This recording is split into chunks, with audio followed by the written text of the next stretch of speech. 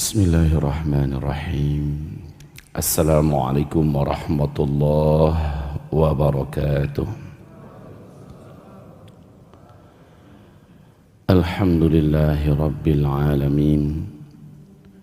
Wabihi nasta'inu ala umurid dunya waddin. Ashhadu an la ilaha illallah wa ashhadu anna sayyidana wa habibana Muhammadan abduhu wa rasuluh la nabiyya ba'dah. Qala Allah subhanahu wa ta'ala, ya ayyuhalladzina amanu ittaqullaha haqqa tuqatih wa la tamutunna illa wa antum muslimun.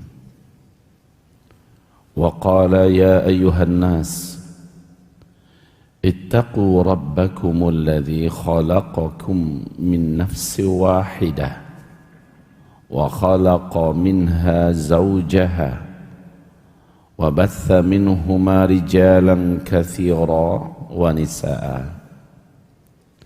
Wattaqullaha alladhi tasaaluna bihi wal arham innallaha kana 'alaikum raqiba. Wa qala ya ayyuhalladzina amanu ittaqullaha wa qulu qawlan sadida yuslih lakum a'malakum wa yaghfir lakum dhunubakum wa man yuti'illaha wa rasulahu faqad faza fawzan 'azima. Allahumma arhamna bil Qur'an wa sadaqallahul azim. Wa qala an-nabi sallallahu alaihi wasallam innamal a'malu binniyat wa innama likulli imri'in ma nawa.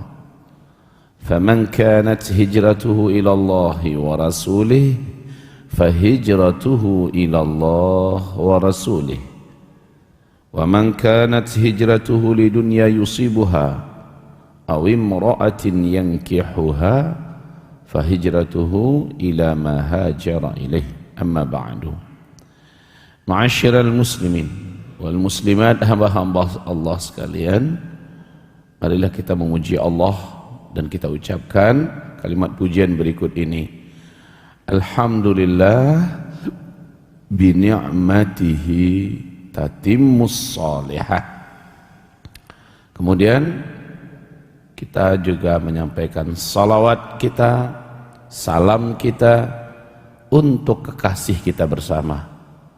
Dia adalah kekasih Allah Rabbul Alamin, Sayyidina Muhammad sallallahu alaihi wasallam. Bapak-bapak dan ibu-ibu, hamba-hamba Allah kami muliakan, semoga salat subuh kita barusan diterima oleh Allah.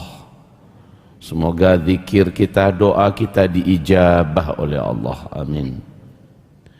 Hadirin dan hadirat, Imam Al-Mahdi tidaklah akan muncul kecuali dunia dalam keadaan sudah tidak terkendali. Peperangan meledak di mana-mana di seluruh muka bumi. Pertumpahan darah tidak bisa dielakkan. Kezaliman sempurna berkuasa dan tidak ditemukan keadilan di muka bumi. Biaya hidup tidak lagi mampu dipikul. Uang banyak tapi barang tak lagi didapatkan, sehingga seberapapun gaji dan pemasukan, orang tidak menganggap itu berguna lagi, saking langkanya bahan-bahan pokok.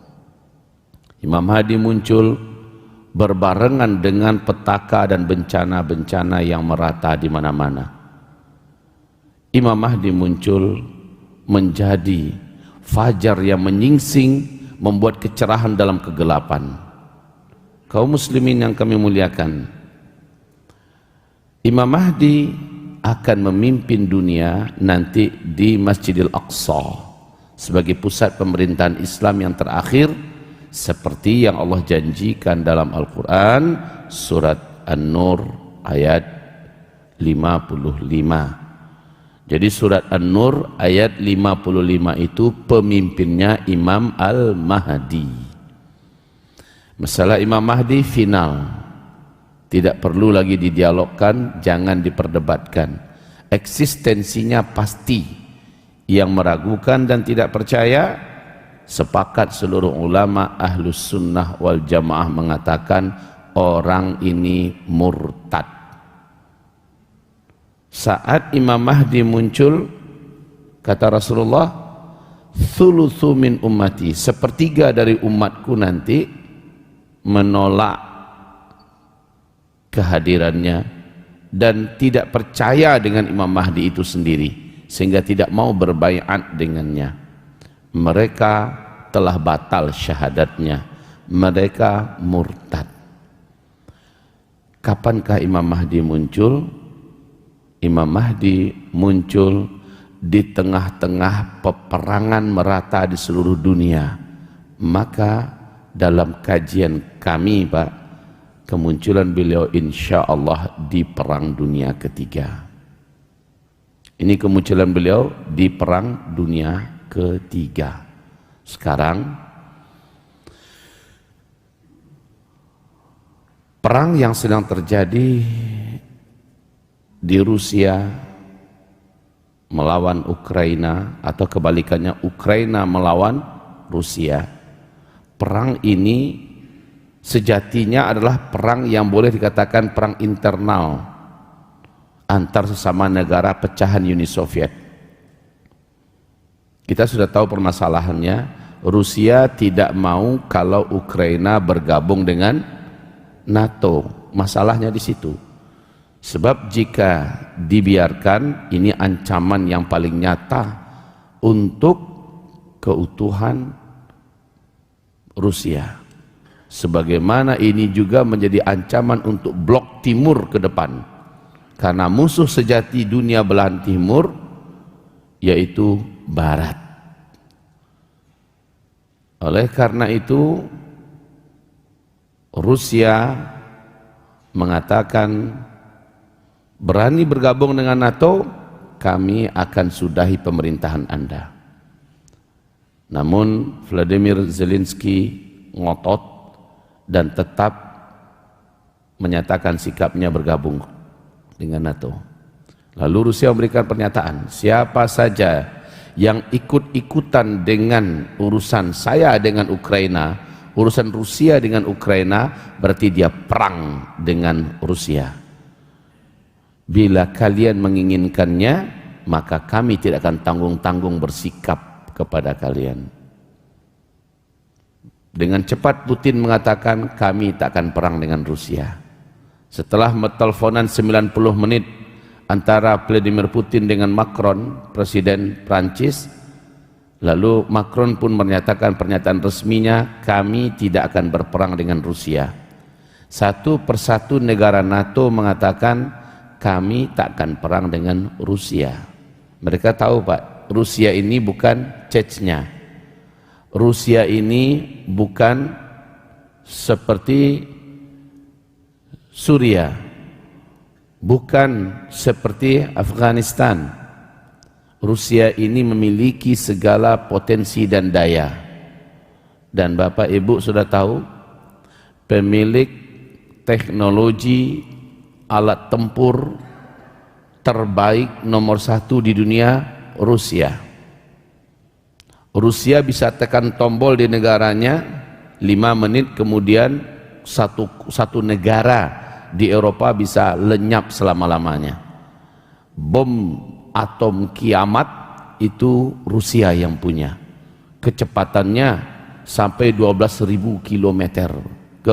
Jauh tempuhnya sampai 12.000 km. Maka negeri mana di bumi ini yang tidak akan bisa dijangkau oleh bom nuklirnya Rusia? Dan Bapak sadar, Ibu tahu, dulu waktu Perang Dunia Kedua diawali dengan arogansi Jerman yang ingin menginvasi Polandia. Lalu negara-negara mencoba untuk merapat, entah namanya mendamaikan atau apa, Jerman sikat. Ini menjadikan negara-negara tersebut mengamuk. Lalu akhirnya Perang Dunia Kedua tidak terelakkan dan terus berkembang dan berkembang. Berakhirlah dengan diledakkannya bom atom di Nagasaki dan Hiroshima. Hitler menyerah, Jepang takluk.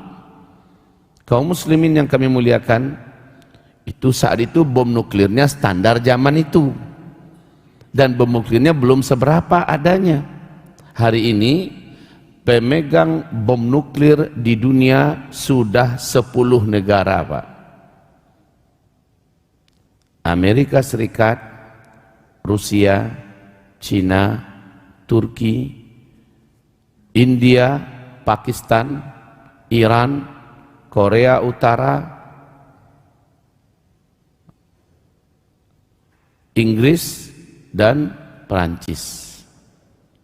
Jumlah hulu ledak bom nuklir hari ini sudah 13.000 bom nuklir. 13.000. Seandainya dalam perang Rusia Ukraina ini nanti ada yang memulai meledakkan bom nuklir satu, yang lain pasti menyusul. Dan Bapak tahu apa akibat satu bom nuklir dilepaskan, Pak? Maka selama 50 tahun perbaikan bumi ini baru akan bisa dilakukan. Alam tidak akan bisa menerima kejamnya bom nuklir. Itu satu bom nuklir. Bagaimana kalau masing-masing negara sudah melepaskan dan mengirimkan bom-bom nuklir mereka? Maka peradaban, kehidupan, dan berteknologi canggih ini semuanya akan berakhir, Pak. Kiamat itu betul-betul diciptakan oleh manusia. Dan Putin telah menyampaikan pernyataan yang mengerikan. Urusan kiamat itu adalah urusan Tuhan yang memutuskan. Tetapi kalau Amerika ingin mereka kiamat, itu urusan saya. Mengerikan ini, Pak. Jadi kaum muslimin, hamba-hamba Allah yang saya muliakan, sekarang hari ini masuk hari ke-24. Awalnya peperangan ini direncanakan hanya berlangsung selama 4 hari. Kiev ditaklukkan, setelah itu Rusia mengendalikan urusan. Ternyata tidak. Vladimir Zelensky memberikan perlawanan, walaupun dia seorang pelawak Yahudi tulen dan dia adalah pendukung bahkan pelaku LGBT. Dia memberikan perlawanan yang tidak tanggung-tanggung, mengemis, meneteskan air mata kemana-mana minta bantuan. Pada hari ini sudah puluhan ribu pasukan relawan datang dari berbagai negara Eropa, dan mereka itu dibayar sehingga disebut dengan pasukan bayaran. Rusia memberikan ketegasan, Menteri Pertahanan, kami tidak akan berbelas kasih dengan pasukan bayaran ini. Mereka dari berbagai negara di Eropa, Pak. Lalu tiba-tiba si Presiden Chechnya muncul dengan 12.000 pasukannya yang identik dengan jenggot, pasukannya yang identik dengan Allahu Akbar, pasukannya yang identik dengan sholat berjamaah. Tampil ngapain? Membela Rusia, negara yang begitu adidaya, negara yang begitu kuat, dibela oleh pasukan kecil yang dulu dibantai oleh Rusia. Mungkin ini big question. Muncul permasalahan besar. Ada apa ini? Kenapa Ceknya ikut-ikutan bela Rusia? Padahal Rusia nggak usah dibantu, pasti akan bisa menyelesaikan. Dan saya yakin banyak umat Islam se-Indonesia, mungkin sedunia, terkesima dan terpesona melihat penampilan Ramzan Kadyrov sebagai Presiden Chechnya. Tapi saya tidak mau hari ini membiarkan Bapak larut dalam ketertipuan, ya. Jangan sampai larut dalam ketertipuan. Tampilan-tampilan zahir yang ditunjukkan oleh Ramzan Kadyrov, Presiden Chechnya, ini seluruhnya adalah tipuan yang cukup membuat umat ini tak tahu siapa sebenarnya dan bagaimana masa lalu beliau, dan apa yang beliau lakukan sekarang kepada para mujahidin, apa yang beliau lakukan sekarang kepada para mukminin yang hak. Orang tak tahu, orang hanya terkesipu dengan jenggotnya, Allahu Akbarnya, dan menampakkan hal-hal yang sifatnya zahir. Lalu pada akhirnya orang akan berkata, wah, Rusia inilah Rum yang sebenarnya. Ya, nanti umat akan bergabung dengan Rum, lalu mereka berperang melawan musuh bersama. Wah, ini hadisnya. Wahai Bapak, ini adalah hari-hari terakhir saya berceramah di tengah publik. Dan saya tidak akan pernah menghentikan pembicaraan saya selama saya masih hidup. Walaupun saya tidak lagi tampil ke depan, saya akan tetap menyampaikan hal-hal yang Bapak Ibu wajib mengikutinya untuk sebagai langkah dan action nyata bagi Bapak Ibu ke depan.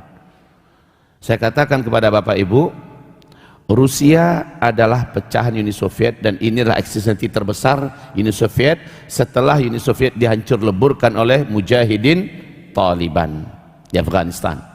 Hancur berkeping-keping Uni Soviet.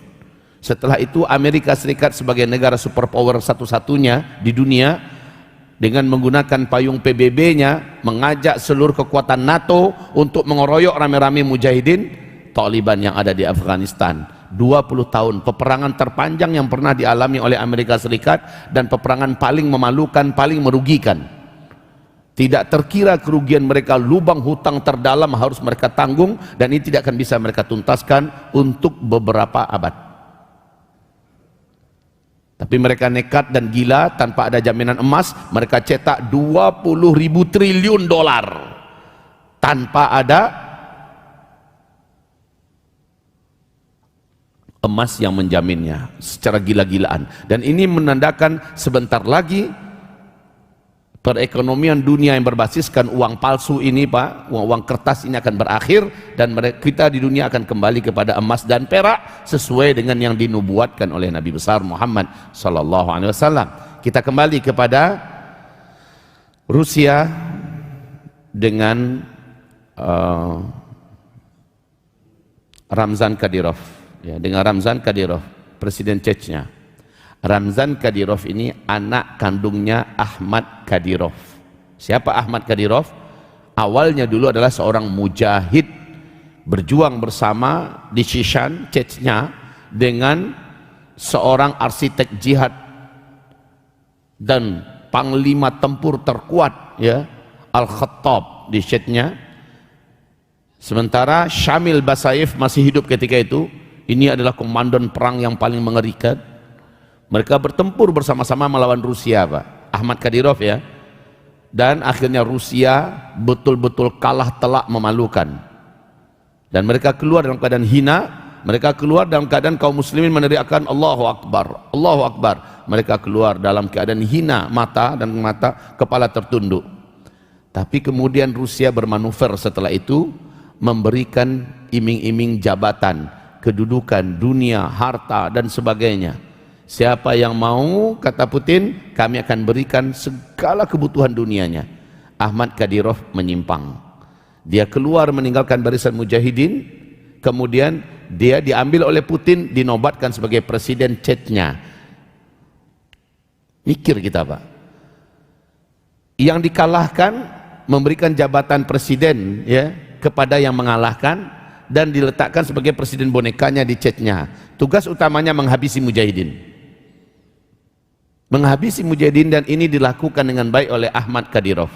Satu persatu komandan tempur terbaik dunia yang ada di Chechnya mati dihabisi oleh para pengkhianat yang lain yang bergabung dengan Ahmad Kadyrov karena fulus, karena kedudukan yang dijanjikan. Maka syahidlah Qaidul Haq Al-Khattab, panglima tempur terbaik, arsitek jihad dunia, Al-Khattab yang ada di Chechnya, dalam keadaan diracun, Pak. Dikirimin surat itu asistennya yang berikan, ternyata sudah diracuni. Dengan ini beliau meninggal. Kalau tidak, Pak, dia Khalid bin Walidnya abad ini, abad 20. Setelah itu menyusul Shamil Basayev, kendaraannya dibom, maka satu persatu rontoklah kekuatan. Kan Ahmad Kadyrov selama bertahun-tahun mendampingi para mujahidin ini dan ada di pucuk pimpinan, jadi dia tahu siapa-siapa pemimpin, di mana-mana lubangnya, di mana-mana jalurnya, jalannya, apa strateginya, dia tahu semua. Karena dia sudah berhasil dibeli oleh Rusia, dia yang dipakai sekarang untuk menghabisi mujahidin dan berhasil. Beliau pun mendapatkan qisas. Panggung yang beliau tempati menyaksikan sebuah acara yang disenangi meledak, matilah Ahmad Kadyrov. Ya, kemudian dipanggil Ramzan Kadyrov, presiden Chechnya sekarang oleh Putin, Vladimir Putin. Kemudian Ramzan Kadyrov dibisiki kata-kata. Kemudian dinyatakan kepada publik bahwa presiden berikutnya adalah Ramzan Kadyrov. Tugasnya sama, berantas mujahidin yang ada di Chechnya. Setiap aktivis, setiap dai, setiap orang-orang beriman yang soleh dan taat diberantas, diculik, disiksa habis-habisan oleh Ramzan Kadyrov dengan bala pasukannya. Ini biar Bapak jangan sampai tidak. Bapak mau dapat informasi yang kuat, silahkan Bapak buka nanti arrahmah.com, buka, lihat itu. Bagaimana sejarah mereka-mereka ini, Pak. Bagaimana video-video mereka, tahun, tanggal, sumber referensinya bisa didapatkan di sana. Biar ini jangan dikatakan adalah fitnah. Karena kita sudah terlanjur euforia ya melihat hebatnya pasukan Chechnya ini. Tidak. Sampai hari ini mujahidin masih tetap bergerilya di Shishan, Chechnya. Yang dilawan siapa? Persis seperti Taliban bergerilya melawan presiden dan pasukan boneka di Afghanistan yang diciptakan oleh Amerika Serikat. Ini yang dilawan oleh para mujahidin hari ini di Chechen, di mana mereka berperang melawan Ramzan Kadyrov dan pasukan bonekanya. Paham sampai di sini Bapak? Jadi Rusia tetaplah Rusia. Walaupun Putin menyitir beberapa ayat. Toh sebelumnya Joe Biden juga telah membuat kita silau. Ada ayat Allah yang ayat Al-Quran yang disitirnya dulu sebelum dia jadi presiden. Ingat Pak ya? Ketika dia juga membacakan beberapa ayat, apa bedanya Putin dengan Joe Biden? Jadi kita jangan sampai kita lupa sejarah. Jangan sampai kita melupakan. Ini riwayat sahih yang telah terjadi dan masih hidup kita menyaksikannya kemarin-kemarin ini. Dan hari ini Putin perang melawan Barat. Wahai kaum muslimin yang kami muliakan, sementara pasukan 40.000 pasukan relawan Suriah yang mau datang ke Rusia, Bapak harus tahu siapa ini pasukan relawan ini. Ternyata mereka adalah orang-orangnya Bashar Assad. Kalau Bashar Assad, kita sudah tahu track recordnya Bashar Assad ini apa dan pasukannya apa kepada umat Islam Ahlus Sunnah wal Jamaah di Suriah. Jangan lupa itu. Jadi yang datang menolong untuk Rusia siapa? Chechnya ya, kayak gini tipenya, perjuangannya yang sangat berkhianat kepada Islam. Ini yang datang ke Rusia. Begitu juga yang datang dari Suriah, ternyata pasukannya Bashar Assad. Diajak bergabung dan itu dibayar Pak, dibayar wahai kaum muslimin. Lalu kalau begitu bagaimana? Maka kita kembali kepada track. Apa kata Rasulullah sallallahu alaihi wasallam? Kamu benar-benar akan berperang nanti melawan seluruh kekuatan Arab dan kamu akan menaklukkan mereka, Allah akan menolong kamu. Yang dikatakan kamu oleh Rasulullah adalah orang-orang beriman, para mujahidin bersama Imam Al-Mahdi. Terus kata Rasulullah berikutnya, kemudian kamu akan menaklukkan Furs, itu Iran hari ini. Kamu akan menaklukkan, aku akan perang dengan mereka, kamu taklukkan mereka.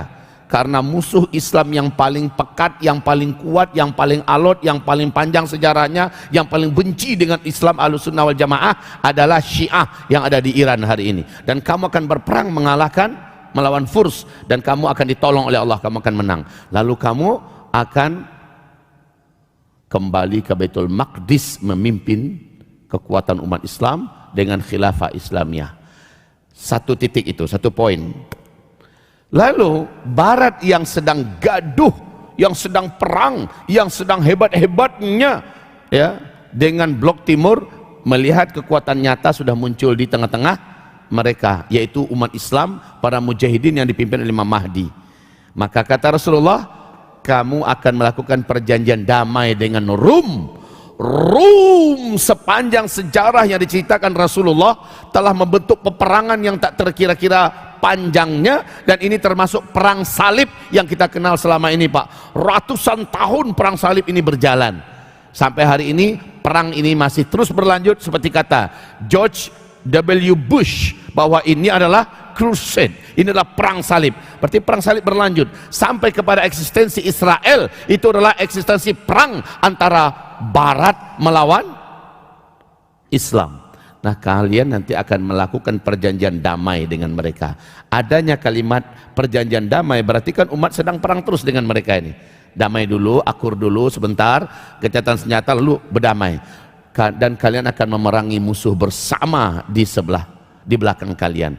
Musuh bersama ini adalah Rusia, Cina, India, ya, Myanmar, semua kekuatan yang hampir mirip dengan mereka ini semuanya bersatu. Ini menjadi musuh Barat sekaligus menjadi musuh Islam. Bapak supaya tidak lupa bahwa kejahatan Uni Soviet atau Rusia ini membantai umat Islam itu sangat-sangat pedih, Pak. Sementara mereka bukan ahlul kitab. Yang ahlul kitab sejati sepanjang sejarahnya adalah blok Barat, Eropa, Amerika. Buya, bukankah hari ini di Rusia banyak orang masuk Islam? Belum apa-apa itu, Pak, dibandingkan dengan di Eropa orang masuk Islam lebih banyak lagi di Eropa. Ya, kalau itu yang mau Bapak tanya. Hari ini orang masuk Islam di Inggris gila-gilaan, Pak. Hari ini orang masuk Islam di Perancis, hari ini orang masuk Islam di Amerika dan sebagainya. Nggak ada apa-apanya, masih jauh tertinggal Rusia. Kalau itu yang mau Bapak tanyakan.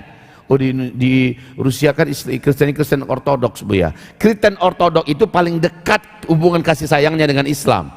Kita tidak pernah polemik dan tidak pernah berkelahi perang dengan mereka, itu nggak ada, Pak. Tapi umat Kristen yang selalu perang dengan Islam adalah Katolik.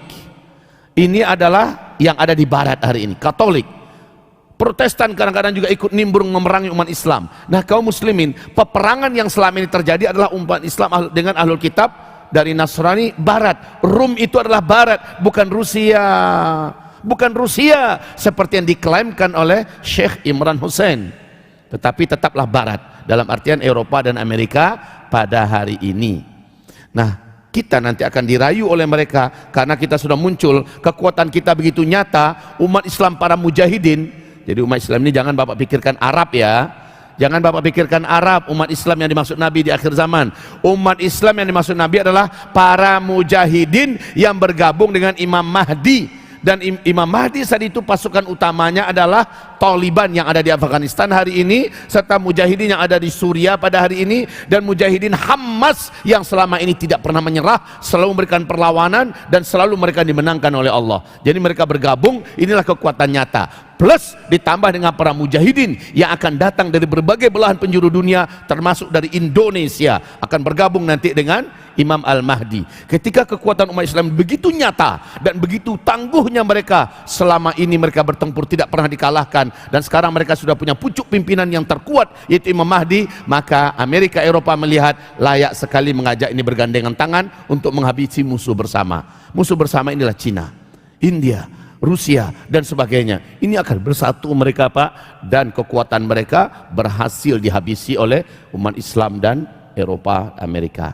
Setelah itu barulah di Amak dan di Dabik di ujung Suriah dekat dengan perbatasan ke Turki, orang salib mengangkat bendera. Ini perang besar, perang dunia ketiga ini adalah salib pemenangnya. Disitulah marahnya tentara Imam Mahdi.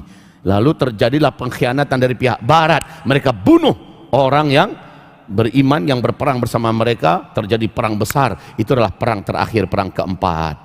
Apa kata Albert Einstein, seorang Yahudi, Pak? Dan baru-baru ini Vladimir Putin mengulangi kata-kata Albert Einstein.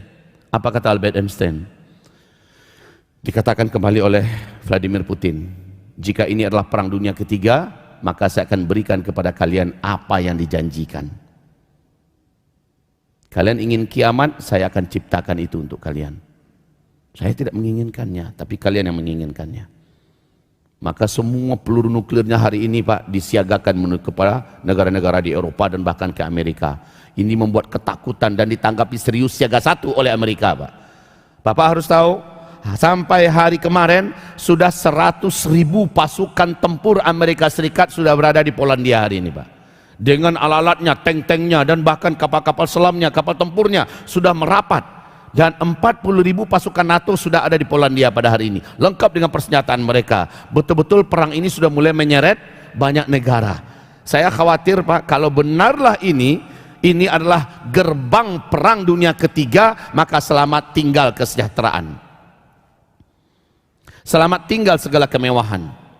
Kita tidak akan lagi bisa menikmati listrik, kita tidak akan bisa lagi menikmati handphone dengan segala fiturnya, tidak akan ada lagi internet, tidak akan ada lagi sinyal, tidak akan ada lagi berfungsi satelit. Selamat tinggal segala kesejahteraan. Mobil kita hanya tinggal rongsokan yang tidak bisa lagi jalan, tetap keren, tapi udah nggak ada lagi bahan bakarnya, dan bahkan besi-besinya pun, mesin-mesinnya tidak lagi bisa berfungsi. Kenapa? Gelombang kejut daripada hantaman bom nuklir ini akan menimbulkan gelombang elektromagnetik yang sangat mengerikan, yang menghentikan semua aktivitas dan teknologi.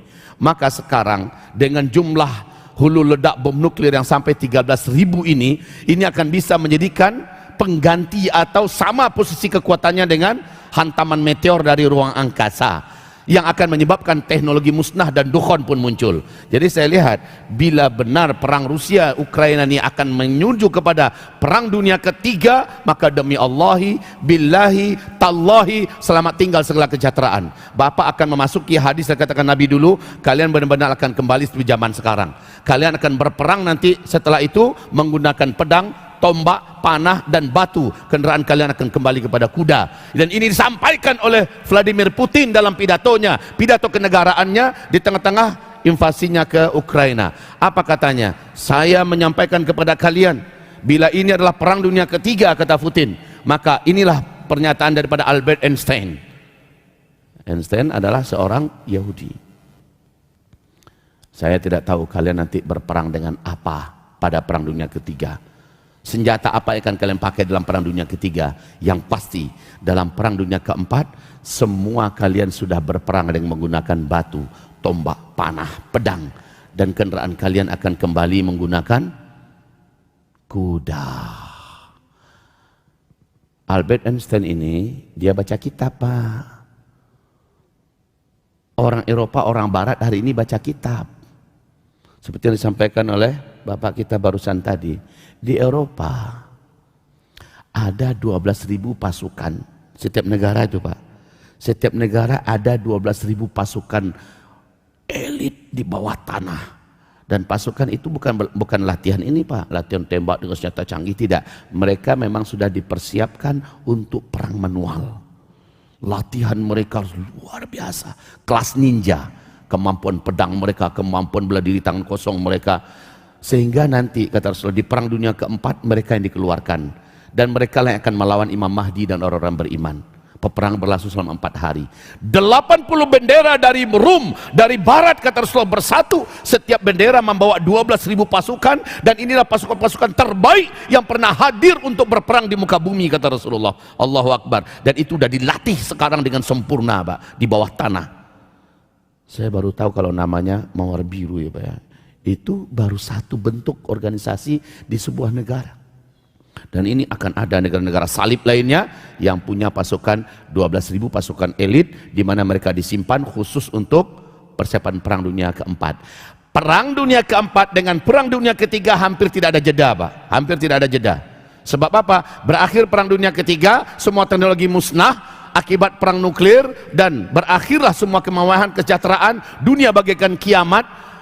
Segala ketenangan hidup sudah selesai, sudah sekolah-sekolah tidak lagi bisa berfungsi, semua kehidupan berakhir, PNS tidak akan bisa digaji oleh lagi negara, setiap negara akan bangkrut, ya, orang-orang akan betul-betul di puncak kekacauan dan kepanikannya, sesuai yang digambarkan oleh Rasulullah dalam hadis-hadis Sahih Bukhari di kitab Al-Adabul Mufrad. Dan kelaparan akan merata di seluruh dunia. Kaum muslimin yang kami muliakan, saya betul-betul tidak berharap perang Rusia dan Ukraina ini menuju perang dunia ketiga. Tetapi menurut analisa dari Bosman Mardigu, beliau menyampaikan berbagai peluang menuju kepada perang dunia ketiga lebih banyak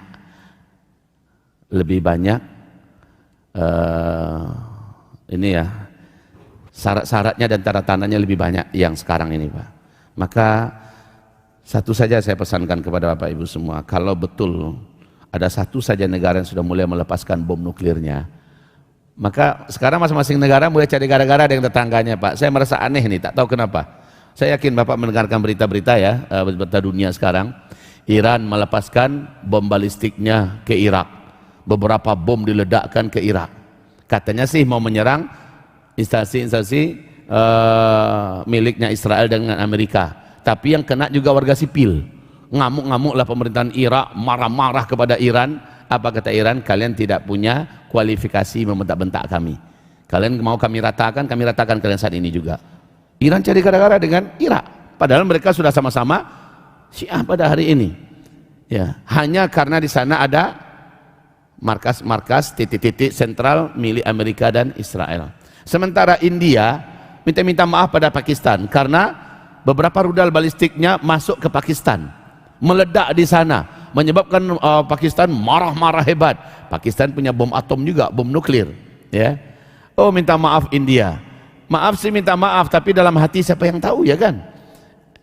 Ini sudah mulai cari gara-gara nih Pak, India dengan Pakistan yang memang dari dulu sudah berseteru lama. Cina dengan Taiwan. Cina akan melakukan hal yang sama seperti yang dilakukan oleh Putin.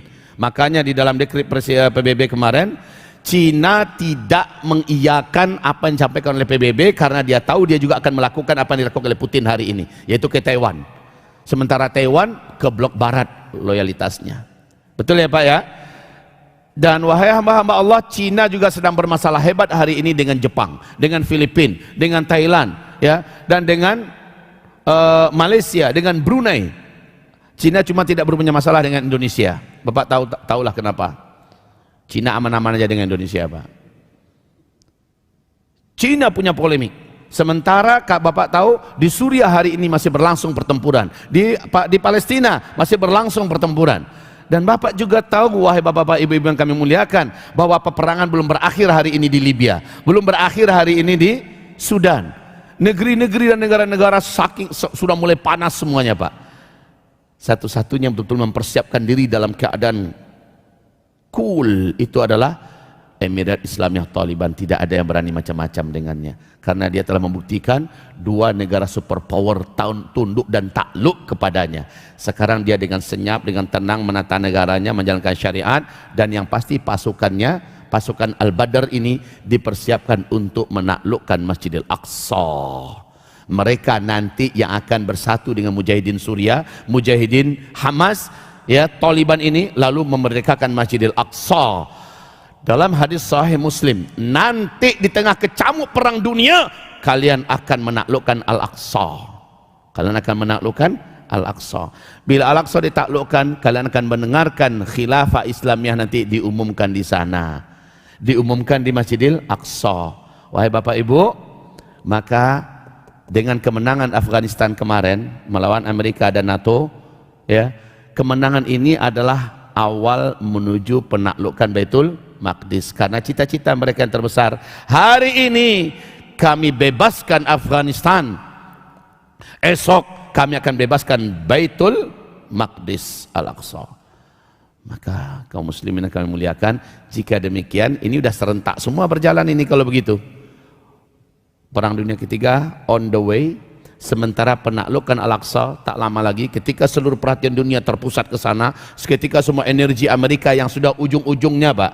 Sekarang ini energi Amerika itu sudah ujung-ujungnya. Kalau jadilah perang melawan Rusia, Amerika takkan kuat. Walaupun secara jumlah, baik jumlah pasukan dengan jumlah senjata, Amerika lebih unggul. Akan tetapi, segi kekuatan dan maknawiyat perang, Amerika sudah rontok. NATO juga sudah kelelahan yang panjang melawan Taliban selama ini. Tapi mereka dengan sisa tenaga ini mereka gabungkan untuk melawan Rusia saja, mungkin masih bisa. Tapi kalau Cina sudah bergabung pula dengan Rusia, dan itu pasti, karena Rusia barusan ini sudah melakukan kerjasama kontrak militer, bersekutu, beraliansi untuk menyerang Barat, untuk menghancurkan Barat. Tamat sudah. Apalagi India nanti yang memiliki juga militer dengan kekuatan persenjataan yang tidak terkira. Mereka memiliki bom nuklir, gabung pula dengan blok timur. Selesai sudah, Pak. Ini musuh Islam semua dan juga musuh Barat. Maka satu-satunya solusi Barat merayu Islam yang sudah eksis dalam bentuk khilafah di Baitul Maqdis untuk sama-sama perang melawan Timur. Baru peperangan ini akan menjadi seru dan hebat. Setelah itu kita yang ada di Indonesia ngapain? Kan ini pertanyaan kita sekarang. Kita yang ada di Indonesia ngapain? Bapak mau ngapain besok nih? Zikir. Subhanallah walhamdulillah. Gitu Pak. Saya bukan meremehkan zikir. Zikir amalan pribadi. Zikir memberatkan timbangan amal soleh kita di hari kiamat. Tapi apakah menghadapi permasalahan global yang akan berdampak kepada kehidupan kita secara serius di sini selesai dengan zikir? Tidak. Bapak mesti tahu kapan terakhir saya ceramah di sini, Pak. Kapan saya terakhir ceramah di sini, ada yang ingat tidak ya? Sebelum Covid atau bagaimana? Sebelum Covid. Berarti dah 2 tahun. Sampailah ya. Waktu itu saya sampaikan, sekarang kita mainkan papan tulis sedikit ya. Baik. Ibu-ibu bisa nggak lihat papan tulis kita? Kayaknya enggak ya. Ibu dengarkan saja dengan seksama, karena kita akan menjawab nanti apa yang harus kita lakukan di Indonesia dari sekarang. Dan ini nggak boleh nunggu-nunggu lagi. Bukan waktunya Bapak nunggu-nunggu dan melihat keadaan saya istikharah dulu, tidak. Dengan tegas saya katakan sekarang, bukan lagi waktunya Bapak nunggu-nunggu. Saya istikharah dulu, saya pikir-pikir, tapi harus action. Terserah Bapak. Setelah itu, setelah saya menegaskan begini, Bapak tetap wait and see, itu terserah Bapak. Tapi jangan lagi menyesal bila Bapak sudah terlambat melakukan action, padahal sekarang masih ada waktu.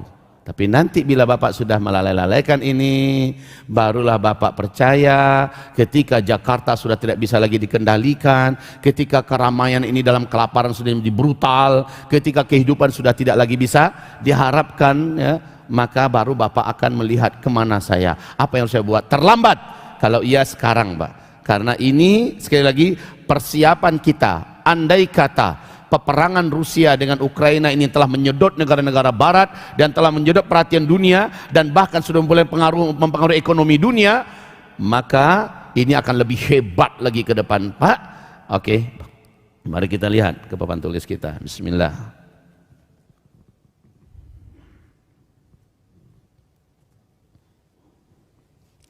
Saya tak tahu lah ya, kenapa saya sejak 2 bulan belakangan ini azamnya begitu kuat menghentikan dakwah keliling saya kemana-mana.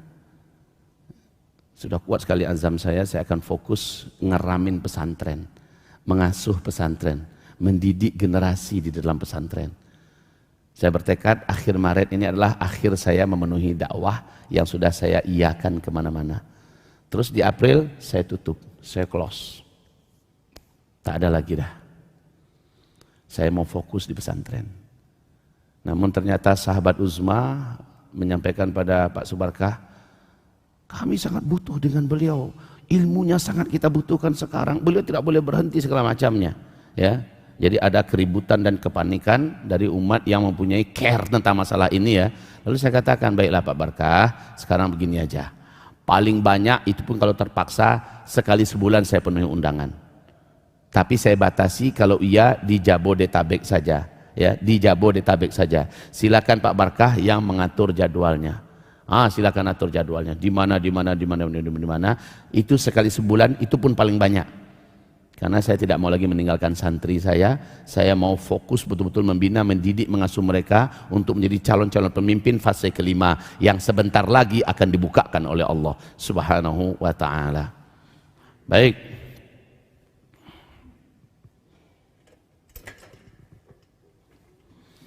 Ini mungkin ke depan kalau boleh saya usul,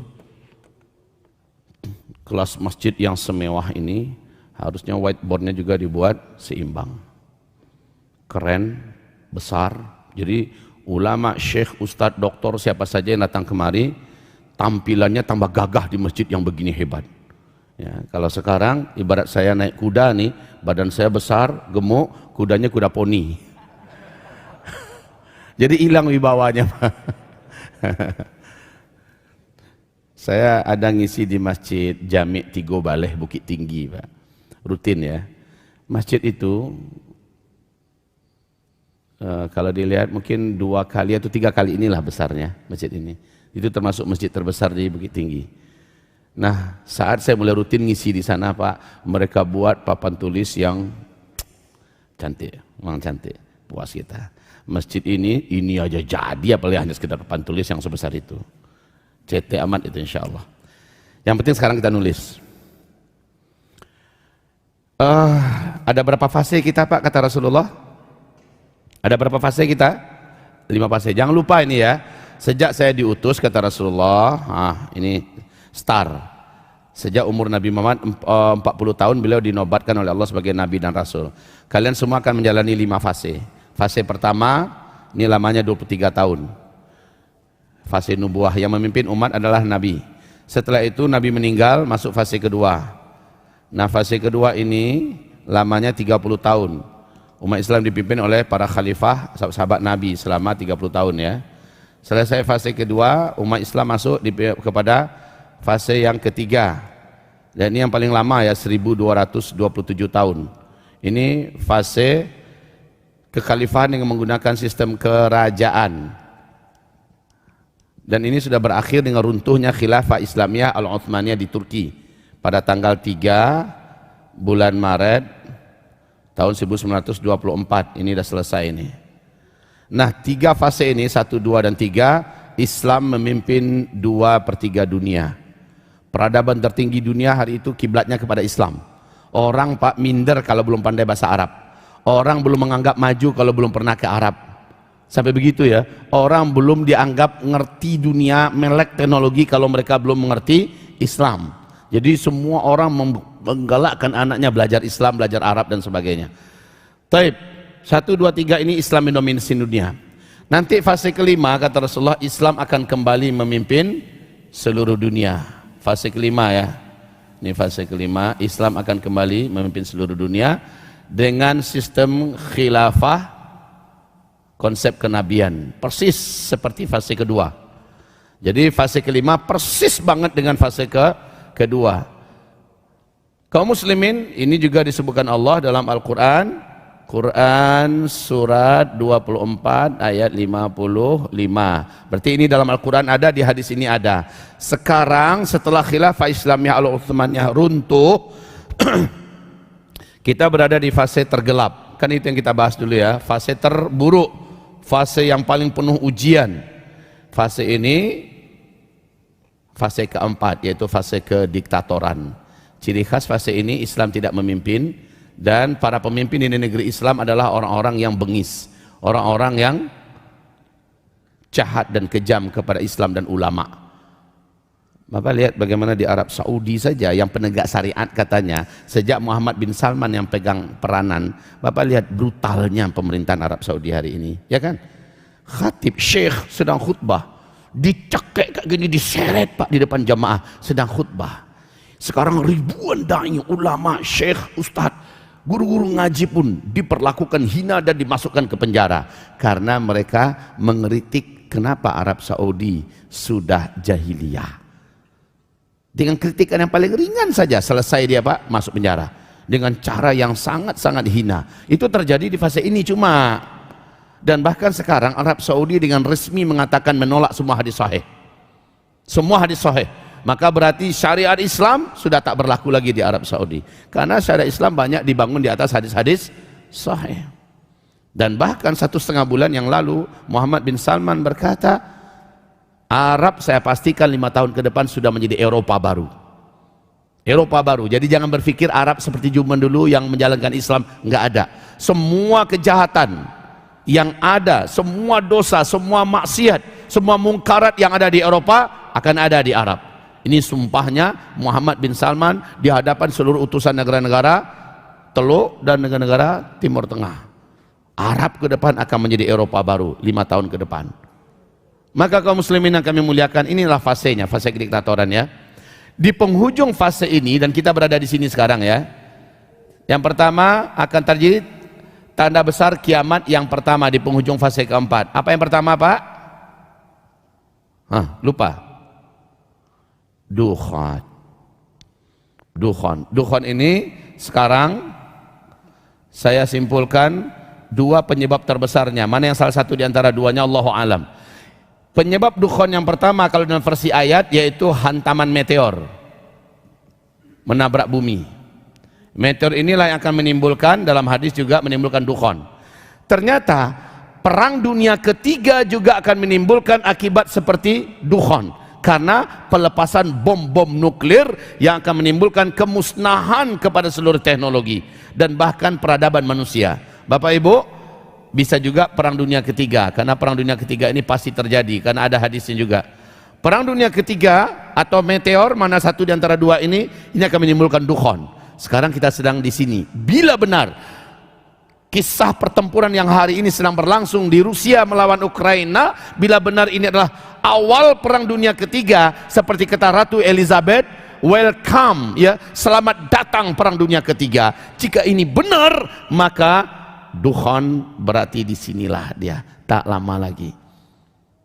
Sementara syarat terjadinya hantaman meteor sudah dibuat oleh Arab Saudi hari ini, mendatangkan penyanyi-penyanyi di seluruh dunia, mengadakan gala-gala konser-konser musik, dan juga mabuk-mabukan, minum-minuman khamar dengan terang-terangan terbuka, dibuat oleh Arab Saudi hari ini. Bila itu terjadi, kata Rasulullah, Allah akan hantamkan hantaman dari langit kepada kalian, meteor. Dan ini sudah dibuat oleh Arab Saudi. Jadi saya tak tahu nih, mana di antara perang dunia tiga atau meteor yang akan menimbulkan dukhon. Sampai di sini Bapak Ibu paham tidak ya? Saya yakin Bapak Ibu paham, cuma nggak kuat saja dengarnya. Betul Pak? Tak kuat dengarnya. Kenapalah saya dengarkan pengajian Buya ini pagi ini ya? Nggak tenang lagi jantung saya sekarang. Lemas tulang saya. Saya rasa-rasanya, betul gitu Pak? Hah? Harusnya saya di rumah aja tadi ini. Biar saya nggak tahu. Bapak mau cari tenang sementara atau cari tenang abadi? Kalau cari tenang abadi, duduk di sini. Karena Bapak akan melakukan action saya berikutnya adalah ini, itu yang benar langkahnya Pak. Action saya adalah begini. Setelah dukhon, semua teknologi berakhir, Imam Mahdi di mana munculnya? Di tengah-tengah perang dunia ketiga. Imam Mahdi nanti bergabung dengan kekhalifahan yang diumumkan di Baitul Maqdis.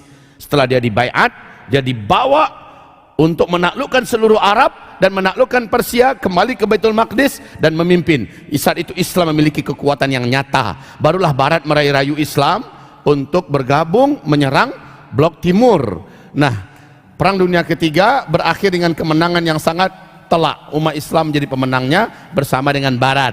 Tapi sayang, Barat mengklaim ini adalah perang salib yang dimenangkan oleh orang-orang salib. Di sini terjadi peperangan perang dunia keempat, tapi sudah senjata manual. Yang memimpin adalah Imam Al-Mahdi. Dan Bapak Ibu, di fase kelima, Pak, dunia bagaikan dalam surga. Di fase kelima, dunia bagaikan dalam surga. Cuma sayang, di fase kelima kita para laki-laki hampir-hampir sudah jarang ditemukan Pak. 1 berbanding 50. 1 laki-laki 50 wanita. Pada kemana kaum laki-lakinya? Pada kemana kaum laki-lakinya? Kaum laki-laki di penghujung fase keempat banyak yang meninggal dunia karena peperangan. Perang dunia ketiga akan menyedot banyak nyawa. Ya, perang. Di Indonesia akan perang enggak kira-kira? Saya tidak mau Pak. Tapi kalau terjadi mau tak mau harus dihadapi. Betul enggak? Saya tak mau. Saya ingin kehidupan walaupun seberat ini seperti ini ajalah. Tapi kata Rasulullah, konsep pembahasan ujung fase keempat tidak lepas daripada pertempuran dan peperangan, dan ini mematikan. Perang itu kan antara membunuh dengan dibunuh ya Pak ya. Apalagi perang dunia ketiga. Apalagi perang dunia ketiga. Wahai Bapak Ibu yang kami muliakan, umat Islam tak boleh ikut-ikutan perang, tak boleh, kecuali dipimpin oleh sang Imam Al-Mahdi. Kalau tak boleh ikutan perang. Kita sabar. Sekarang sabar. Bahkan kata Nabi, ini kirim-kiriman rudal sekarang ini Pak, di daerah sekitaran Irak. Nabi kan berkata, dan udah diumumkan ini, perkataan Nabi ini sudah diumumkan oleh George Bush. Apa kata Bush? Di depan Gedung Putih, satelit Amerika telah menemukan adanya potensi emas yang sangat besar dalam perut bumi Irak. Dan Rasul berkata, nanti di akhir zaman setelah Sungai Efrat mengering di Irak. Sungai Efrat mengering sejak tahun berapa Pak sampai hari ini di Irak? Sejak 2013 sampai hari ini Sungai Efrat kering total sudah, yang dilewati oleh yang melewati negara Irak. Sudah kering total. Bush sudah mengumumkan, satelit Amerika sudah menemukan gunung emas yang sangat besar dalam perut bumi Irak.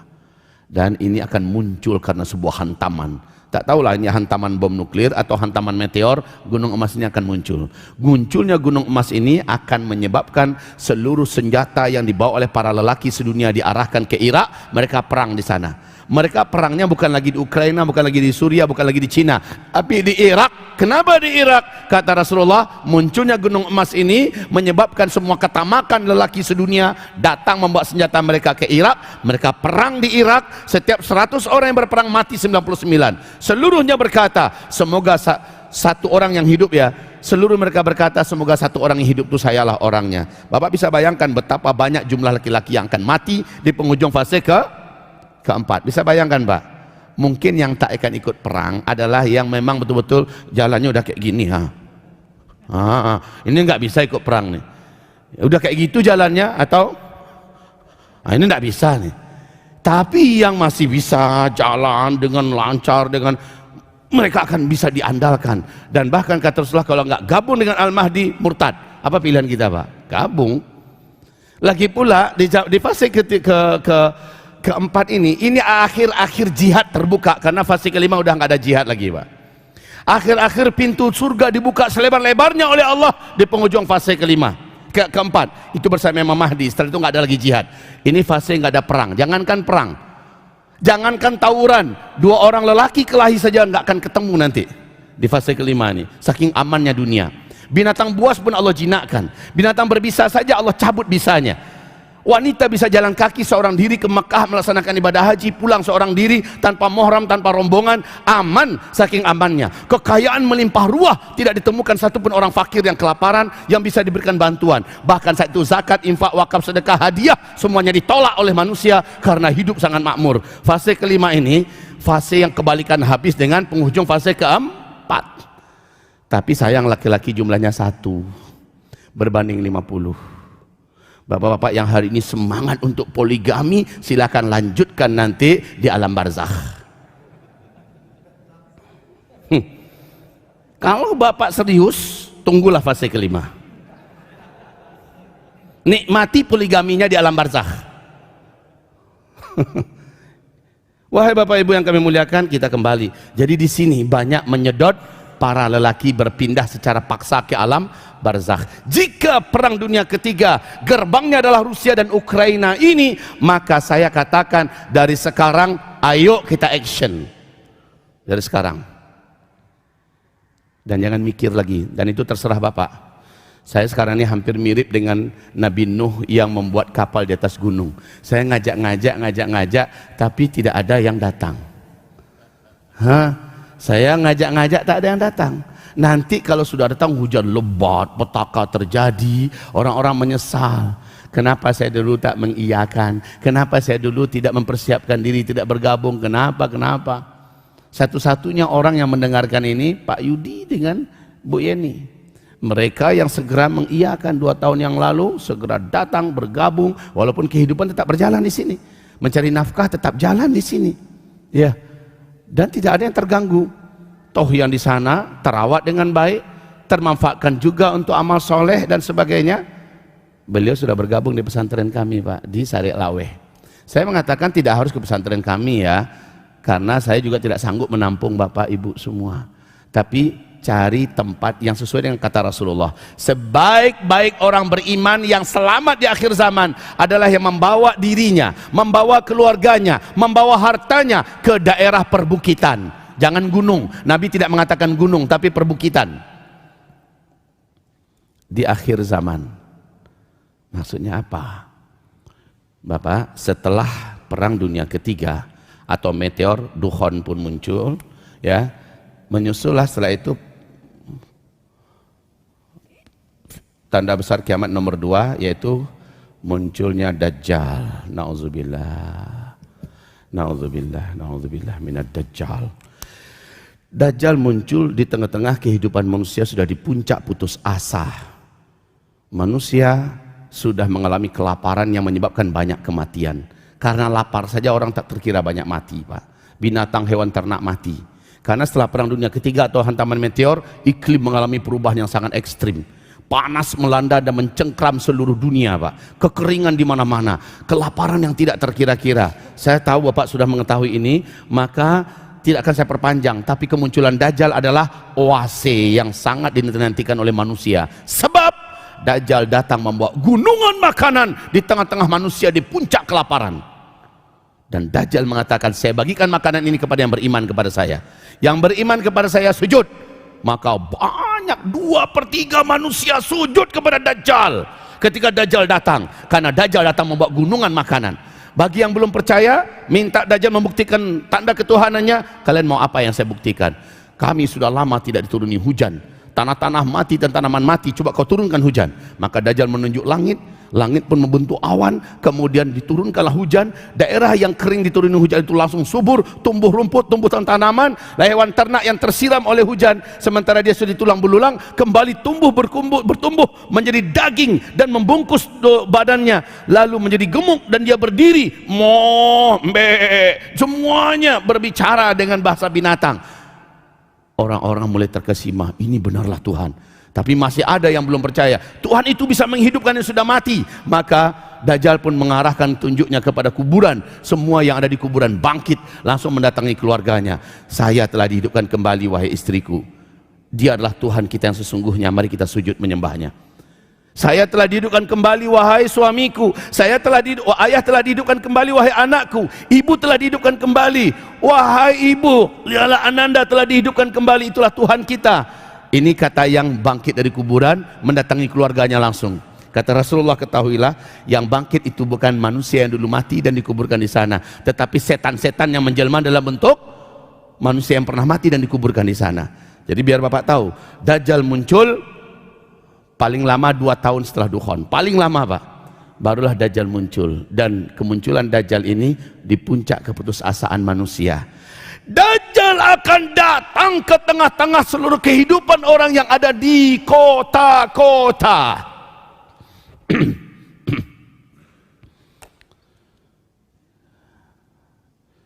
Saat Dajjal memasuki kota-kota, mayoritas penduduk manusia yang ada di kota-kota itu sujud menyembah Dajjal.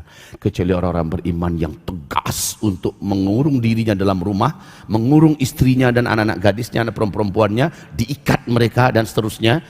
Mereka yang selamat dengan membaca surah Al-Kahfi sampai Dajjal pergi.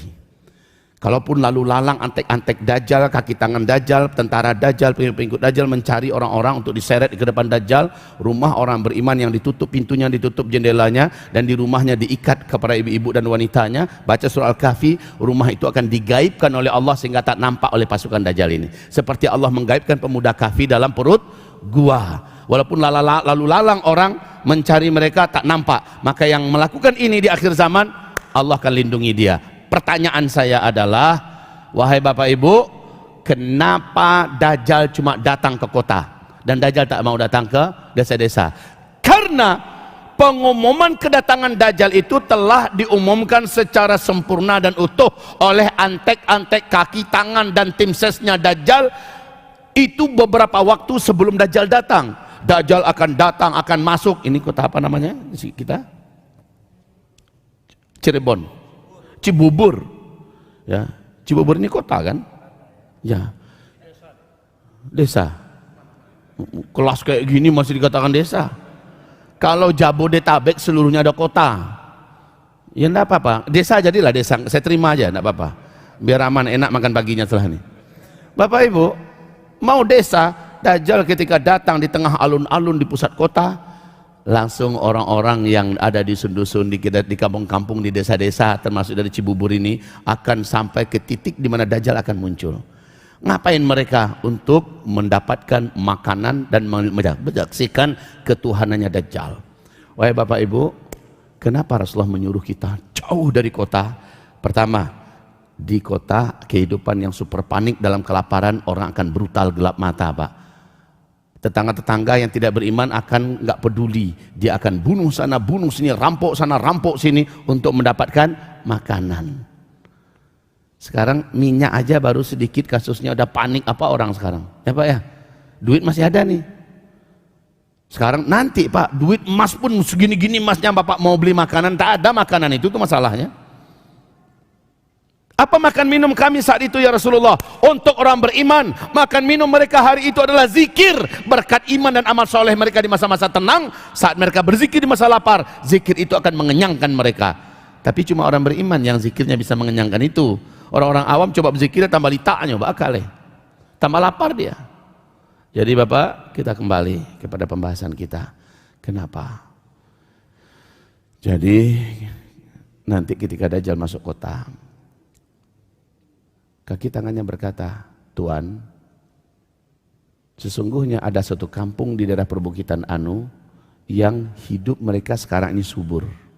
Makanan mereka terjamin, air mereka mengalir.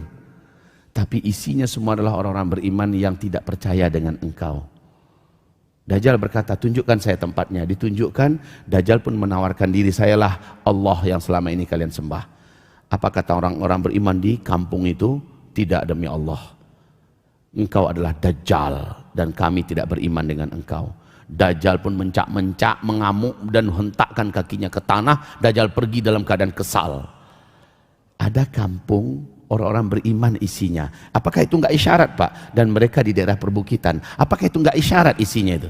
Isyarat dari Rasul, hendaknya orang-orang beriman yang soleh-soleh, taat-taat, buatlah perkampungan di hari-hari genting untuk persiapan ke sana mereka mengungsinya, ke sana mereka eksodusnya, dan persiapkan di kampung itu rumahnya, kesiapan hidupnya siapkan di sana. Itu yang dimaksud oleh Rasulullah sallallahu alaihi wasallam. Nanti ketika manusia kekeringan, kelaparan, Allah menjawab dalam Al-Qur'an, walau anna ahlal qura amanu wattaqau lafatahna alaihim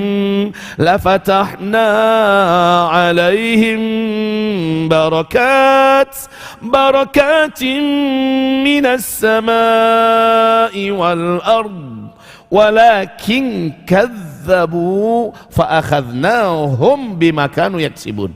Kalaulah penduduk kampung-kampung, qura itu jamak dari qaryah itu kampung. Kalau kota Madinah bahasa Arabnya, ya, kalaulah penduduk kampung-kampung kumpul semuanya orang-orang beriman di dalamnya, wattaqau, dan mereka semuanya menjalankan agama Allah di dalam kampung itu, la fatahna alaihim barakat minas sama'i wal ard, pasti rezeki melimpah dari langit kami turunkan, dari bumi juga kami munculkan untuk kawasan kampung itu. Apakah ini bukan juga sebuah petunjuk yang nyata? Kenapa saya ngajak Bapak Ibu, yuk gabung dulu ya, kalau sekarang saya nggak ngajak lagi. Yang mau silakan, tapi saya nggak ngajak. Tafadhol, datanglah. Kang Usep, mana Kang Usep di sini? Ada Kang Usep, nih Kang Usep. Capek apa Kang Usep mempublikasikan? Capek beliau mengajak. Ayo sekarang saya katakan, Kang, biar yang beriman saja yang datang, nggak usah kita publikasikan. Udah dikapling-kapling oleh beliau. Ibarat Allah yang kami muliakan. Udahlah saya katakan, Allah akan pilih hamba-hambanya saja yang akan gabung dengan kita. Tugas kita udah selesai. Saya udah nyampaikan pada umat, dan umat sudah tinggal memilih. Sekarang bukan lagi mikir, tapi langsung buat. Kalau masih memikir, tafadhal, nggak ada masalah. Tetapi jangan menyesal ketika yang tinggal di kota-kota besar mereka harus lari kemana, kepanikan tidak terkira-kira, perang dunia ketiga terjadi, dia harus sembunyi kemana, dia harus menetap di mana, bersama siapa. Duit Bapak yang banyak takkan berguna saat itu. Kerjaan Bapak, kantor Bapak yang hebat, semua fasilitas yang semuanya wajib ditinggalkan, karena semuanya juga tidak berguna. Hari ini kesempatan terakhir Bapak untuk melakukan persiapan itu, hari ini. Wahai Bapak Ibu yang kami muliakan, tentu saja persiapan yang paling benar itu adalah amal soleh, keimanan, ketakwaan. Itu persiapan yang paling unggul nomor satu. Tetapi setelah itu persiapan fisik, tentu saja Bapak tidak boleh mengabaikannya.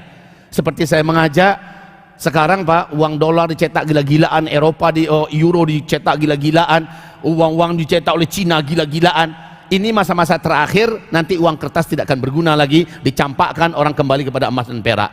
Hari ini Bapak masih ada waktu untuk membeli emas, beli, simpan, sebagian besarnya simpankan kepada Allah Subhanahu wa taala. Simpanan itu di saat genting hidup kita bisa diminta, ya Rabb, cairkan sedikit dong simpanan saya, selamatkan saya dan keluarga saya. Itu bisa Pak, bisa Bapak minta. Bapak masih ingat 3 orang lelaki yang terkurung dalam gua? Tabungan mereka simpankan pada Allah, mereka sebut Ya Allah tolong kami hari ini ya Rabb. Dicairkan oleh Allah Pak, terbuka, mereka semuanya selamat. Jadi tabungan kita bukan hanya kita nikmati di akhirat saja. Wahai Bapak Ibu, kita nikmati juga di kehidupan dunia ini di saat genting. Maka perbanyaklah tabungan. Sekarang tiap acara galang dana, tiap acara galang dana. Padahal itu cara Allah untuk Bapak memperbanyak tabungan akhirat. Tapi sayang, makin ke sini dari angkanya ancak-ancak bagus-bagus menjadi semakin kecil. Padahal harusnya firman Allah surah Al-Imran ayat 134, dalam keadaan sempit pun dia tetap menunjukkan gagahnya, dia menabung kepada Allah subhanahu wa ta'ala. Itulah ahlul jannah, ahli surgaku. Baiklah Bapak Ibu yang kami muliakan, 5 menit yang lalu saya sudah dikasih kode bahwa waktu akan habis untuk kita menyampaikan kajian. Ya, baik Bapak Ibu, insya Allah saya tidak akan menzalimi Bapak Ibu yang sudah berencana buat aktivitas ini dan itu. Sekarang Bapak Ibu lakukanlah hal terbaik dan jangan lagi menunda-nunda. Tidak baik menunda-nunda. Nah, yang terbaik itu adalah Bapak persiapkan komunitas Bapak, silahkan buat. Yang dari Lampung, buat di Lampung komunitasnya sekarang. Buat orang-orang beriman di Lampung, kumpul di Lampung semuanya, jauh dari kota, jauh dari gunung, jauh dari tepian laut. Itu yang harus prioritaskan. Dan buatlah rumah di situ, buat rumah-rumah, kemudian angkat seorang pemimpin di sana, angkat seorang pemimpin di situ. Siapa pemimpinnya? Ulama. Minta seorang ulama ada di tengah-tengah komunitas Bapak. Ya, yang tinggal di Palembang lakukan hal yang sama, yang tinggal di Aceh lakukan hal yang sama. Dan maaf ya, saya kurang merekomendasikan Jawa. Terserah Bapak tersinggung atau tidak. Kenapa? Jawa begini sempit dan begini banyak kehidupan manusia yang akan saling berlomba. Bahkan kalaupun mereka dengar kampung, mereka akan serang kampung itu demi bisa mendapatkan kehidupan. Kalau di Jawa banyak orang-orang yang campur aduk, imannya nggak jelas. Ya, kalaupun Bapak akan pilih juga Jawa betul-betul yang daerah hutan, Pak. Tapi jangan tinggalkan kota, hiduplah normal di kota dulu. Udah benar-benar meledak bom nuklir, Bapak tinggal gabung di tempat yang sudah Bapak siapkan. Paham sampai di sini? Kota jangan ditinggalkan. Aktivitas Bapak, usaha, dagang, bisnis, segala macamnya jangan ditinggalkan. Rutinitasnya dikerjakan terus. Tapi kalau bom nuklir sudah diledakkan satu, yang lain menyusul, Bapak sudah tahu kemana Bapak harus merapat. Di situ sudah ada rumah Bapak. Di situ sudah ada orang-orang beriman yang juga punya kekeplingan, sudah ada rumahnya. Cuma saya sayangkan juga ya, ajakan saya ini dimanfaatkan oleh beberapa oknum untuk mengaruk keuntungan dunia. Mereka bisnis lalu tipu rakyat, sampaikan lalu tipu kaum muslimin. Ini yang saya sedihkan ini. Mereka jadikan pengajian ini untuk cari duit, bukan untuk menyelamatkan iman dan agama di akhir zaman. Ini yang saya pedihkan itu, Pak. Baik, demikian saja tausiah saya di pagi hari ini. Sekarang sebelum kita berdoa, saya sampaikan satu hal yang urgen kepada Bapak Ibu semua. Pak, Ibu yang saya muliakan, sudah dengar tadi apa azam saya di akhir bulan ini? Saya akan mengunci diri di pesantren, mendidik dan mengasuh generasi secara serius dan fokus. Insya Allah mudah-mudahan Allah beri rahmat dan berkah. Tetapi sekarang, tahun 2019, Ustadz Dery sudah pernah ke sana, sudah melihat lokasinya, alamnya yang sangat indah di pinggang Bukit Barisan, jauh dari gunung berapi, jauh dari kota, apalagi dari laut. Ya, identitas tanda-tanda tempat yang disebutkan Nabi Muhammad SAW ada di kita, Pak. Alhamdulillah. Sekarang di situ kami membangun pesantren putra, yang putrinya ya di kota, tapi yang putra di sini, di tempat itu. Namanya Jorong Kotobaru, Kelurahan Sarek Laweh, Kecamatan Akabiluru, Kabupaten 50 Kota. Ya. Di situ kita bangun pesantren kita, masjid dan sebagainya. Diresmikan oleh Ustadz Abdul Somad di awal Januari ya, Pak Subarkah datang ketika itu. Ya, tabligh akbar, datang Pak Wali Kota, datang Bupati, datang banyak yang datang, Pak, puluhan ribu warga datang. Gedung 3 lantai, alhamdulillah. Sekarang pesantren tidak mampu lagi untuk menampung murid baru karena gedung 3 lantai itu sudah penuh. Selama ini tempat belajar dipaksakan di masjid, mau belajar halaqah Quran dari subuh sampai jam 10 malam, sampai kepada belajar ulum syar'i juga terpaksa di masjid. Dan ini untuk nambah murid baru, asrama mereka, ruang kelas mereka tak ada. Maka alhamdulillah kita sudah punya tanah ya Pak ya, kita sudah punya gambar, sudah punya RAB untuk membangun gedung lagi 2 lantai, dan ini darurat sifatnya, darurat. Saya selama ini tidak pernah mengajukan bantuan ke Arab, tidak pernah ke perusahaan, apalagi ke negara, tak pernah. Dalam ceramah saya sampaikan pada umat, Bapak, Ibu, yuk kita gotong royong, kita bangun di sana. Kalaulah seandainya bangunan pesantren saya itu ada di Jabodetabek, saya yakin cepat selesai Pak. Karena banyak orang-orang mampu di sini. Sebentar saja mereka lihat langsung nampak, oh saya tolonglah gedung ini saya yang buat. Banyak orang mampu di Jabodetabek. Tapi di pedalaman sana, nun jauh di, apalagi daerahnya bersebelah dengan hutan lindung Pak. Wah, gimana mau melihat mereka? Kalau nggak menyengaja mereka tidak akan punya kesempatan melihatnya. Kalau dengan YouTube boleh, di Uzma Media TV channel bisa dibuka. Maksud saya begini, saat saya sudah akan mengerami pesantren, maka menciptakan ulama, menciptakan para pemimpin mengisi fase kelima, menciptakan generasi terbaik, generasi Qurani yang mengerti tentang iman, akidah, ibadah, dan perjuangan. Itu yang akan saya cetak secara khusus, fokus. Sekarang saya serahkan kepada Bapak Ibu, bangunkanlah fasilitasnya, saya yang mengasah, mendidik generasi dan manusianya. Bapak yang bangunkan fasilitasnya. Biayanya per meter kata Kang Usep, beliau yang arsiteknya, adalah 3,5 juta. Dia ada 1.200 meter. Tidak juga per meter Bapak ambil, tidak apa. Saya mau bantu umpamanya berupa besi. Kita mau Pak besi kirimkan dari Jakarta, besi aja. Oh saya Bapak mau bantu semen, silakan. Ini ada konsep, arsiteknya kita adalah beliau. Dia dipakai oleh perusahaan kerajaan Arab Saudi beberapa tahun, dan sekarang beliau pulang, tekadnya hijrah total, dan beliaulah yang membuat gambar dan membangun segala bangunan-bangunan kita di pesantren. Ini Kang Usep, tolong berdiri sebentar Kang. Siapa tahu jamaah ada yang mau diskusi secara pribadi, silakan Kang. Nah dia, alhamdulillah sudah 2 tahun ya Kang ya, gabung dengan kita. Beliau Masya Allah keilmuannya saya akui, ketulusannya hanya Allah yang Maha tahu, keikhlasannya luar biasa Allah yang Maha tahu. Pokoknya saya sudah bersaksi dia layak bergabung dengan kita di pesantren. Jadi konsep inilah yang membuat RAB-nya, gambar dan segala macamnya. Bahkan rumah Pak Yudi, Bu Yeni beliau juga yang buatkan, yang ada sekarang Pak, indah sekali. Baik kaum muslimin yang kami muliakan, 1.200 meter totalnya 2 lantai. Nah sekarang tafadhol bisa Bapak bantu kami dengan ke nomor rekening yang bisa Bapak kirimkan. Di pagi hari ini, di subuh hari ini sebagai sedekah kecil-kecilan kita dengan apa yang Bapak bawa, masukkan juga Pak. Bismillah, kecil-kecilan ini yang ada di tangan Bapak masukkan. Tetapi ke rekening inilah sejatinya nanti. Insya Allah ya kita sama-sama bangkit. Silakan para pemuda-pemudi kami untuk menjalankan. Ini yang kecil-kecilannya. Nomor rekening kita adalah di Bank Syariah BSI. Berapa nomornya Mas Fatul? Atas nama Uzma Care. Uzma Care. Kontak personnya atau adminnya adalah 085292222408. Berapa? 716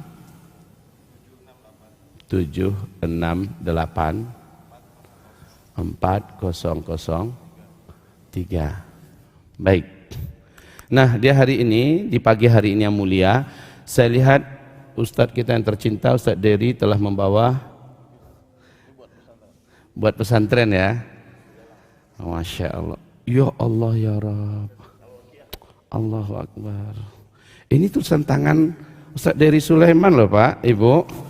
Beliau hadiahkan ini untuk pesantren. Allahu Akbar. Ini kalau dibingkai luar biasa.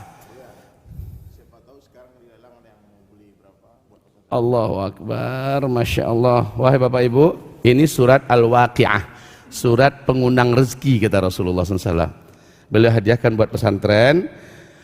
Dan kata beliau, Buya, kalau Buya lelang ini, siapa tahu ini untuk pembangunan pesantren, ada yang akan berminat. Wahai Bapak Ibu yang kami muliakan, silakan Bapak bisa mendapatkan ini sebagai hadiah wakaf Bapak. Jadi Bapak berwakaf, hadiahnya ini. Tentu saja wakaf yang terbaiklah yang akan berhak mendapatkan hadiah. Tulisan tangan Ustadz Dery Sulaiman. Allah memberkahi tangan beliau. Masya Allah, hari ini beliau membangun masjid yang 3 lantai ya di Palembang, hanya dengan khat tulisan tangan ini 30 juz. Beliau berazam sampai selesai itu. Saya lihat masjidnya Pak, sekeliling masjid khat beliau, ini khat tangan. Sesuatu yang langka di akhir zaman ini, orang masih bisa memiliki skill seperti ini. Nah ini Bapak Ibu, sudah dihadiahkan beliau kepada pesantren kita, Ma'had Mulazamah Al-Hufaz. Tafadhal Bapak Ibu, tolong berikanlah tawaran Bapak, wakaf ya untuk pesantren, tetapi Bapak setelah itu yang tertinggi membawa ini. Tafadhal, kita mulai ini di angka berapa Ustaz? Tafadhal, Ustaz Dedi dulu maju. Baik, Assalamualaikum warahmatullahi wabarakatuh. Jadi hadirin sekalian, lukisan ini tidak ada harganya, ya, karena seni, ya. Kalau mau ditanya berapa, lukisan saya pernah dilelang terjual 500 juta satu. Jadi satu lukisan pernah terjadi satu masjid, Bu, ya. Dan yang terakhir sama Ustaz Abdul Somad di Yogyakarta, lukisan kita dilelang terjual 110 dan 100 juta, dua lukisan. Allah. Gak tahu di mesin ini berapa, niatkan ini 100% buat pesantren. Nah. Jadi siapapun yang mau memiliki karya ini, taruh di rumahnya, ini hadiah. Hadiah bukan jual lukisan. Nah. Ya, jadi betul. Siapapun yang mau angkat tangan saja, buka harga berapa, dari 0 rupiah. Ya. Jadi penawaran tertinggi pagi ini dia akan beruntung mendapatkan ini. Nah. Atau saya buka lah 10 juta lah. Bismillah. Siapa yang mau 10 juta angkat tangan, habis itu ya. Di bid, siapa yang ngebid, siapa yang tertinggi, insya Allah dia yang berhak mengoleksi lukisan ini. Kalau enggak, tentu akan didisplay di pesantren Buya nanti. Nah, barakallahu fiik Ustaz Dery. Ayo siapa yang siap? Boleh. Memulai lelang ini wakaf 100% semuanya untuk pembangunan pesantren kita. Dimulai di angka 10 juta. Tafadhol, bila Bapak Ibu menginginkan amal solehnya ini kami bawakan ke akhirat, maka kenang-kenangannya adalah ini, ya. Tafadhol. Ya. Siapa? Alhamdulillah di Palembang itu saya melukis 30 juz. Donasi 10 juta per halaman. Sekarang sudah terkumpul 420 halaman. Yep. Dalam waktu 5 bulan. Masya Allah. Jadi mudah-mudahan teman-teman, bapak-bapak yang mau ikut membantu pembangunan pesantren, ya, yang mau memiliki karya saya, caranya donasi ke masjid, ke pesantren, nanti saya kasih lukisan. Tafadhol, siapa yang, ayo angkat tangan yang mau lukisan ini 10 juta? Boleh, boleh Pak, insya Allah. Alhamdulillah, takbir. Allah, yang pertama, 10 juta pertama, boleh.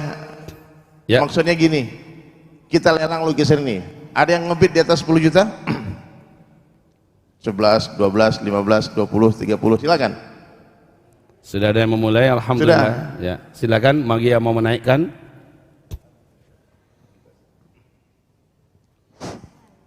Ya, silakan jamaah. Sudah ada yang 10 juta. Siapa lagi dipersilakan? Allah. Berapa Ibu? Berapa? 10, sama dengan tadi.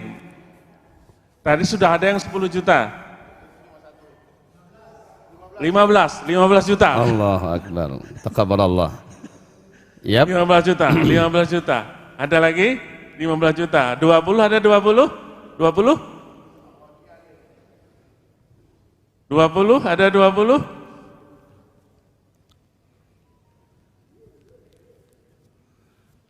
Ya, kita hitung 20, 20. Kita hitung kali ya, 1, 2, 3, berarti terjual 15 juta. Alhamdulillah, alhamdulillah, alhamdulillah. Bagaimana cara kita menyerahkannya? Ibu Yeni ke depan mungkin diserahkan. Bismillah.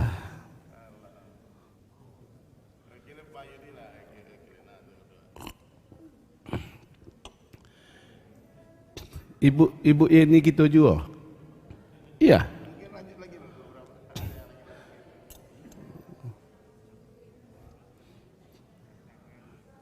Ibu Yeni, inde baborong saya Bu Yeni pahlo sadonya. Allahu Akbar. Masya Allah. Ustaz Dery, Ustaz harus ada di sini. Tolong difotokan media. Ustaz Dery. Ini baru kan? Allahu Akbar.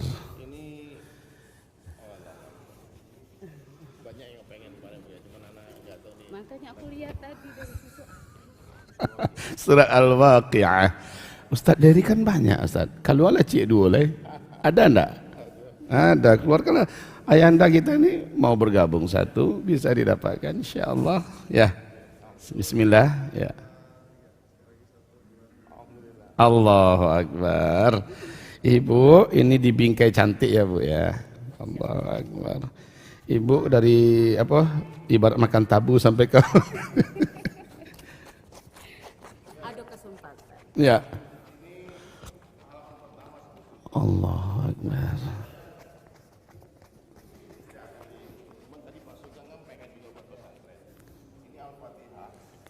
Masya Allah. Silakan yang ini buka 10 juta juga silakan. Siapa tahu Masya Allah. Tangan antum karomat betul nih Ustaz Dery. Buya, alhamdulillah Buya, saya dapat Allah penghargaan Allah. MURI tahun 2020 sebagai pelukis kaligrafi tercepat Buya. Allah tercepat dan kayak Tercepat. gini hasilnya. Hah? Siap, Pak Sugeng mau? Ya dah, Pak Sugeng buat Pak Sugeng ya. Ada lagi yang mau nanti boleh daftar ya habis acara ini. Boleh berdiri Pak Sugeng. Tafadhol silahkan. Maju Pak. Ini lagi. Allahu Akbar. Al-Fatihah. Allahu Akbar. Silakan Mas Patul difoto. Ayo. Ustaz Allahu Dery. Akbar. Ini Ustaz Dery udah ditantangani yang Sudah. Bu Yeni tadi belum? Nanti saya langsung ke rumah Pak Yudi tanda tangan. Allah. Alhamdulillah. Tafadhal Pak Sugeng. Ditunggu di pesantren silaturahmi. Alhamdulillah. Boleh Bapak Ibu semua yang mau donasi ke pesantren Buya, kemudian pengen punya kenang-kenang lukisan saya, boleh nanti daftar aja. Caranya kasih lihat bukti transfernya. Aku udah transfer nih 10 juta, mau dong lukisan, nanti saya kasih cuma-cuma. Ya. Allahu Akbar. Allah. Saya berniat Buya Ya Allah. support semua pesantren dan masjid dengan lukisan saja. Allah. Karena duit tak ada, gimana cara Buya? Yang ada cuma lukisan. Ya Allah ya Rabbi. Allahu Akbar. Irinya saya dengar luar biasa, iri sekali. Jadi siapa yang akan ikut berwakaf ke pesantren kita, maka insya Allah beliau akan memberikan satu kenang-kenangan abadi, ya, yaitu berupa kaligrafi tulisan tangan beliau sendiri. Gimana cara ngubunginya Ustaz Dery nanti? Allah. Masya Allah. Tadi maaf, kan kita juga lagi bangun di masjid kita kan, bangun pesantren juga kan.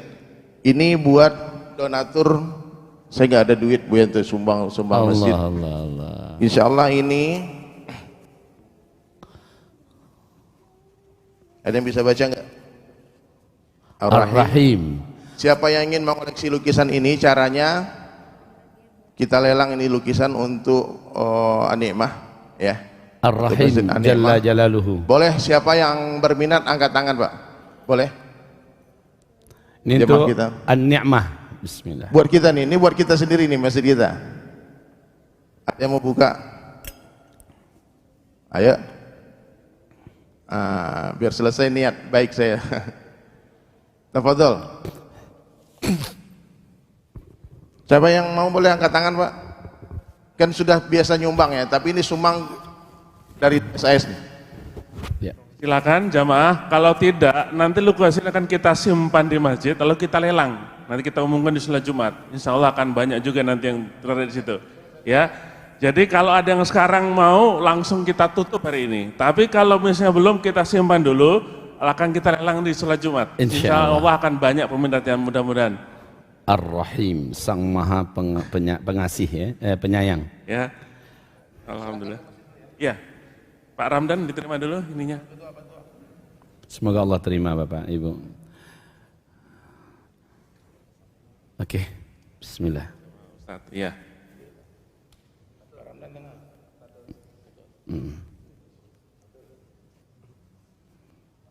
Mas Patul. Ini untuk Masjid An-Ni'mah karena kita sedang membangun asrama tahfiz di sini. Mudah-mudahan barokah, mudah-mudahan. Amin ya rabbal alamin.